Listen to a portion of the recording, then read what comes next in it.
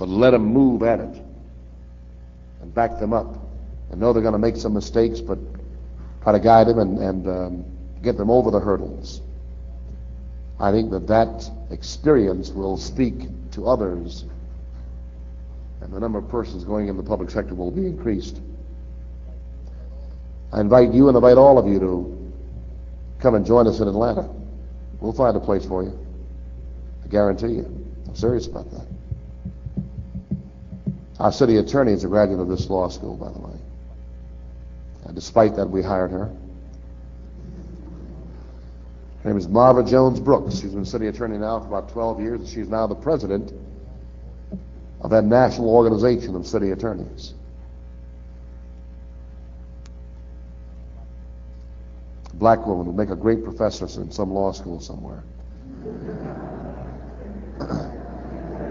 Except that we don't want to lose her. So your hand, and then yours, and then yours. Yes.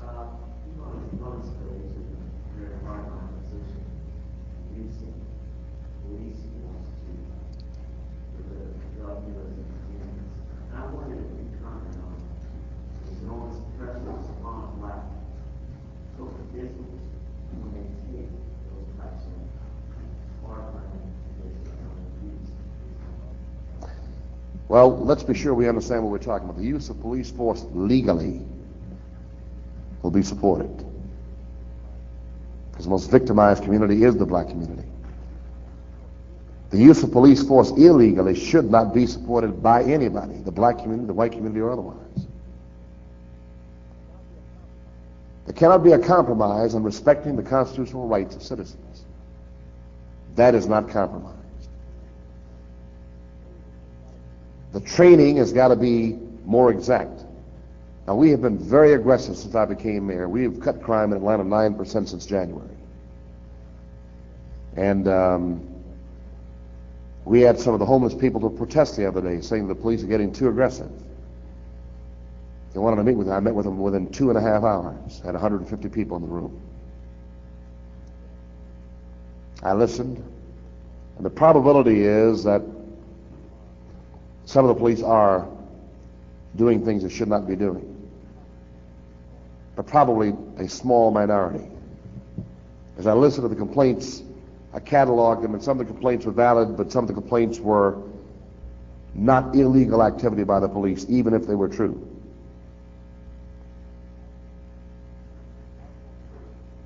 Our approach to homelessness in Atlanta is to solve the gut problem, the underlying problem. But meanwhile, we don't excuse anybody, whether they have a home or not, from accosting women, from cursing at them and threatening people on the street.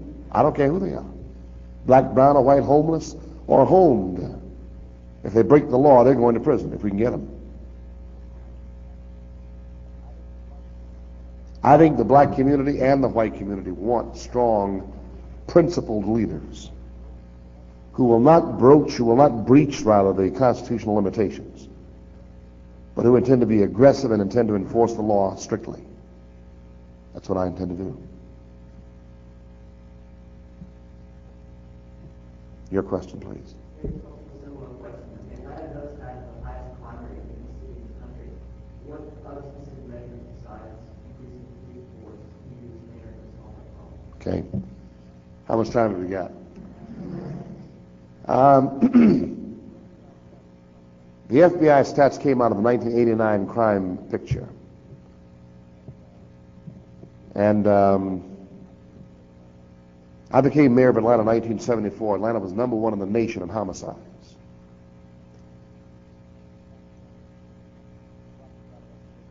I dropped us out of that position, dropped us out of the top 10 in less than 2 years. Not I alone, but we did. We'll do it again. So far in the first 2 months of this year, rapes are down 23%, aggravated assault down 23%.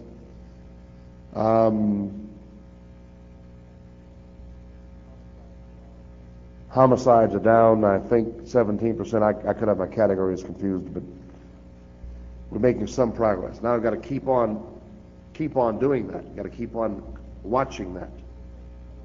What I did first of all was to reorganize. I cut out the Department of Public Safety, which we had instituted. So I was mayor from 74 to 82, right? We put police and fire together, emergency management services, and corrections into the Department of Public Safety. I now have dismantled that for more direct management of the police. We have worked out with the chief the goals for the department on a month-by-month, quarterly, and yearly basis. We made some management changes to get people who have a background of producing results. Strong, good, aggressive managers who also are very strong on training so we don't violate people's rights. We upgraded weaponry, went to the 9mm handgun, and I put shotguns back in the cars. But we took 3 days to train every single police officer in those weapons, the rules, and the management of them. And a lot of reasons for that, but not least among them is that in many cities, almost every day, the police are outgunned by people who are dealing in dope. We live in a state that is in the dark ages on handgun control. I'm a handgun control advocate. Always have been, always will be. On that issue, we're crazy. Our nation has not come to grips with it. But you cannot send a police officer out who's carrying a 38 police special and expect them to perform in heroic ways every time they come up against a situation. We're dealing with human beings. The least one can do is to give them the support. We've just put computers in 75 police cars. We're going to 2 police patrol cars, two officer cars in some places at some times. So a lot of these we are reconfiguring the beats. I'm going to upgrade PAL, Police Athletic League. We have 9 police who are involved in it now. We're going to have 500. That's our goal. We're going to work with the Boys and Girls Clubs and the Boys and Girls Ys and so forth. Major emphasis on prevention. But the ultimate weapon is the collaboration between the people and the police. People alone cannot do it. The police alone cannot do it. The combination is a winner. So we've organized what I call RMAC, the Atlanta Religious Mobilization Against Crime. Every religion in Atlanta was at the table.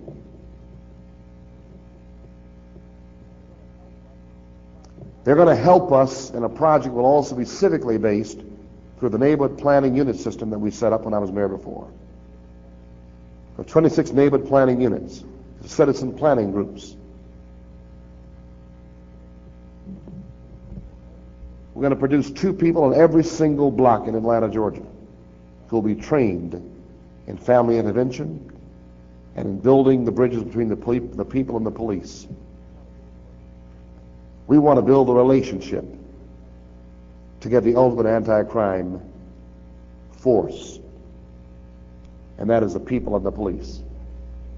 In addition to all of those things, and a lot more I can name, I'll cut that short, we've got to focus on the fact that 85% of the crime now is drug-related. 4-part approach: enforcement, prevention, treatment, rehabilitation. All the governments in the private sector must be on board together. What's lacking in the issue? Public will. That's all.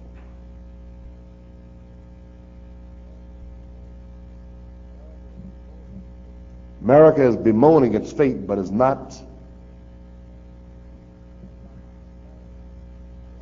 amassed its collective will to change this issue. On the supply side and on the demand side, we've got to lower the boom. ICE now is hitting the market. Narcotically induced insanity. Highs that last from 10 to 24 hours, not 15 minutes like crack. 3 times more expensive. If you're a marketing major, what does that tell you? It tells you you're not talking about Zaire, right? You're talking more upscale. So the kids you left behind in high school are going to be the ones who will be targeted by ice, and you can buy all the elements with which to concoct ice legally in America.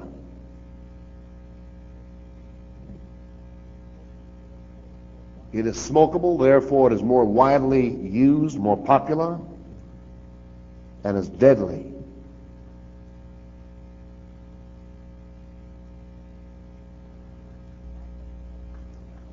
And our country's kind of sitting around like, you know, this is such an awful thing. It's such an awful thing. Are you in the movie tonight? We better get serious about this. Serious. I don't mean a month from now or 2 years from now, but today. The drug issue is the paramount issue. And cities alone can't handle it. We got to do our part, but it's federal, county, it's federal, state, county, and cities that must do it. Treatment centers, America hasn't manifested the will to do something like that. Most treatment centers don't succeed. 80% recidivism is the average.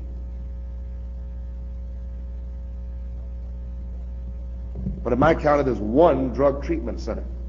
This by the Health, Welfare, and Social Service are not city issues. I mean, we don't have the mandate to supply treatment on those issues. We help as advocates, but those are county and state issues in Atlanta. 1 drug treatment center for the public, unless you can pay $12,000 a month for private treatment. It's 7,000 addicts. People who walk and said, I'm an addict, help me. 7,000. Last year they turned 4,000 away. There was no room in the inn. 35% of our homeless are believed to be the chronically mentally ill. Many on drugs, not all, but many on drugs. Urinating in the doorways, unable to fend for themselves. And the state just put them out. This is when the federal government, during the Reagan administration, cut back on the federal dollars. Reagan was a disaster. Not Republicans. Reagan. We're reaping the whirlwind of our own inactivity. Yes, sir. Maybe I have a little more theoretical question on issues of representation and class. You put it specifically in the context of Atlanta. Sometimes criticisms of black leaders that certain members of the black community are better represented by black leaders than others. And doing a little bit of research on the Atlanta airport building, some criticisms levied at you were based on the fact that some of the black entrepreneurs in the community made off well on your insistence on minority business involvement in joint venture programs in the Atlanta airport, while many others in the community continue to not have their concerns across the forefront of politics. And I think that's a concern that faces anybody who's getting into politics. It's not especially a race issue, in that you, for certain interests that you would like to stand up for as a politician, you then sometimes are faced with problems of bringing them all to where you want. But especially as a black leader, the black community looks and assumes that black leaders will move all the interests forward at the same time. I'm wondering if you can comment a little bit on the problems that you've had as a leader and seeing that division. Sure.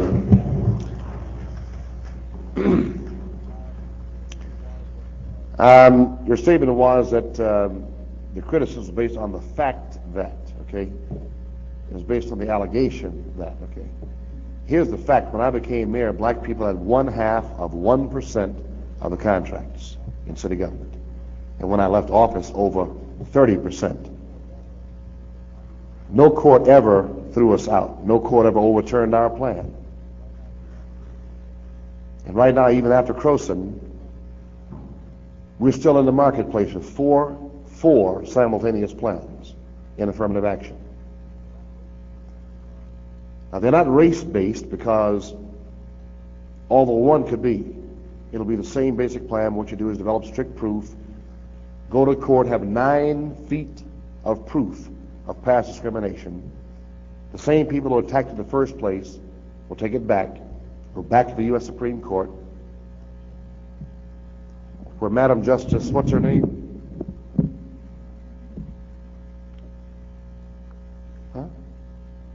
O'Connor wrote the most startling opinion I've ever seen in my life.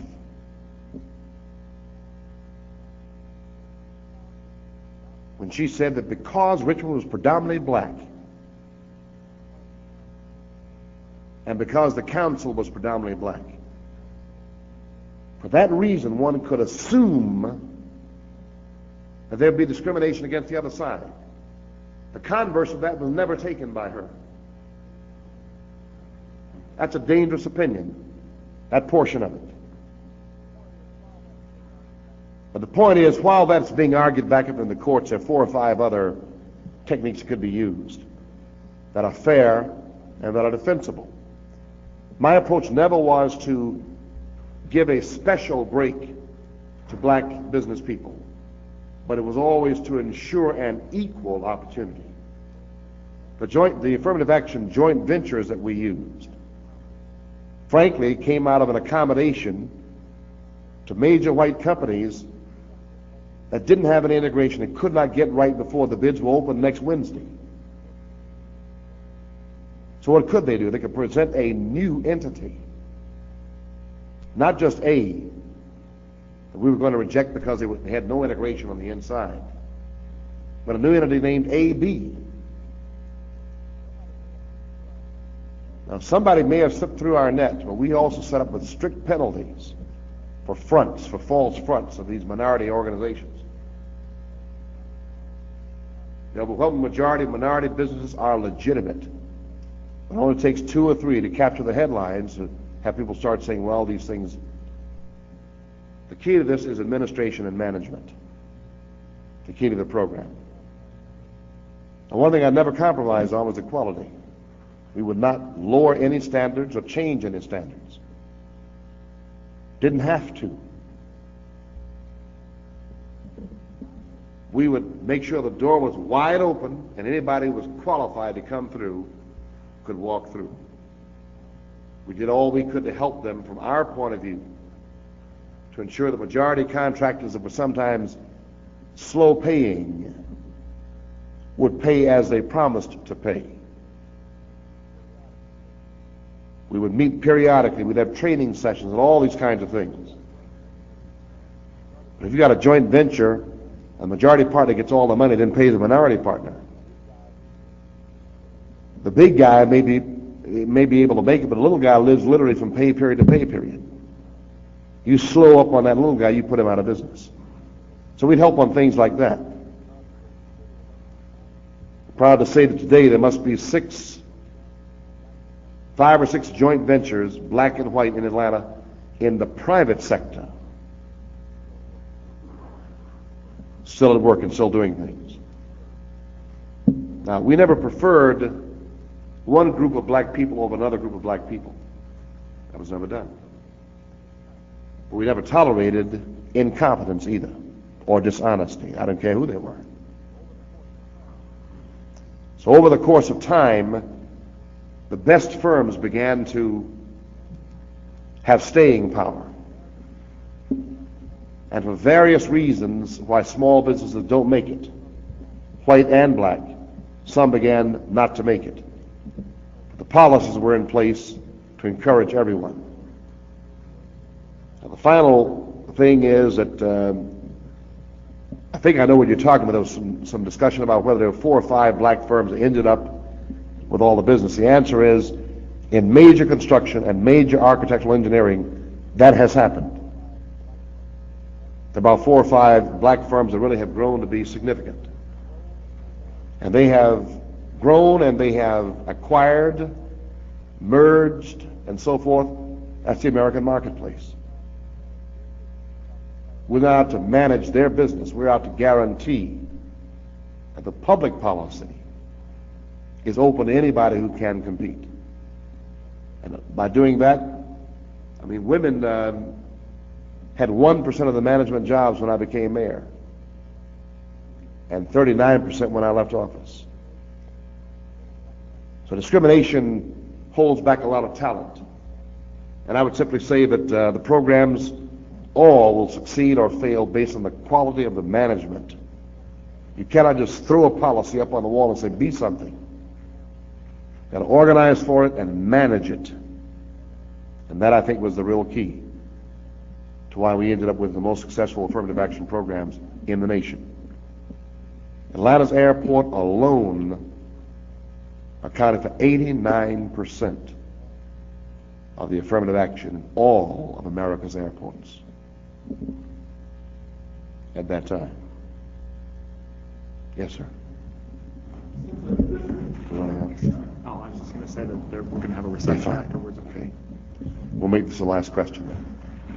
Since a disproportionate number of graduates from the school go to large law firms, I was curious about the relationship between your administration and large law firms. I got the sense in your first term in office, there was some hostility in the business community towards your administration. Was that reflected in the attitude of large law firms towards your administration? Did both of those attitudes evolve? Well, I wanted to become a bond lawyer. When I left the practice, I could not have got a single offer from any major law firm that was in the Red Book in Atlanta, if that'll answer your question. So I ended up joining a Chicago law firm, Chapman and Cutler, one of the leading national law firms in public finance law, ran the Atlanta office. Let me just tell you that my policies have never been anti-business, always pro-business. Public sector, private sector partnerships, I kind of specialize in that. Things got real good toward the end of my administration, but the early rap was the one that stuck. And the main reason for it was our policies on affirmative action. There were other things that came up, but frankly, when you're opening the door, you know, somebody said never watch them make sausage, right? We were making sausage in public in terms of changing the major policies. We had to do it, or Atlanta would still be in the same spot and fighting the same issues 10, 20 years later. Proud to say that this time around, all of us have matured, and I enjoy very, very, very strong business support, and very strong black support, community support. Carried every precinct in the city, and I think we're moving in the right direction. But we had to get over some rough times, some public issues that truly were troublesome, and with which some people in the business community still do not agree. But I think we're a better city for having come over that and put that behind us now. That issue is no longer a big issue like it used to be. I've enjoyed being with you. Would be willing to answer your questions until late tonight, but I know that you have better things to do, and I'm going to have to go and catch a plane. So we'll have, I understand, a brief reception, and we may have a chance if you still have questions. Chat then. Thank you. Yes, you're all invited to a reception that we'll be holding in ILS Lounge if you'd like to continue our dialogue with the mayor. Thank you very much for joining. Thank you. Enjoyed it.